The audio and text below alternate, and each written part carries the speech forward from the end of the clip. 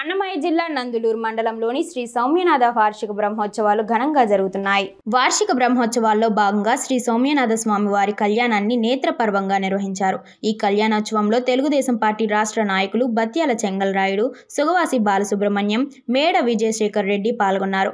శ్రీ సౌమ్యనాథ స్వామి వారికి బత్యాల చెంగల్రాయుడు పట్టు వస్త్రాలను సమర్పించారు. అనంతరం తిరుమల తిరుపతి దేవస్థాన వేద పండితులు వేద మంత్రోత్సవాలు, బాజా భజంత్రీల నడుమ శ్రీ సౌమ్యనాథ స్వామి వారి కళ్యాణ ఘట్టాన్ని కన్నుల పండగగా నిర్వహించారు. శ్రీ సౌమ్యనాథ స్వామి వారి కళ్యాణాన్ని తిలకించేందుకు భక్తులు పెద్ద సంఖ్యలో పాల్గొన్నారు.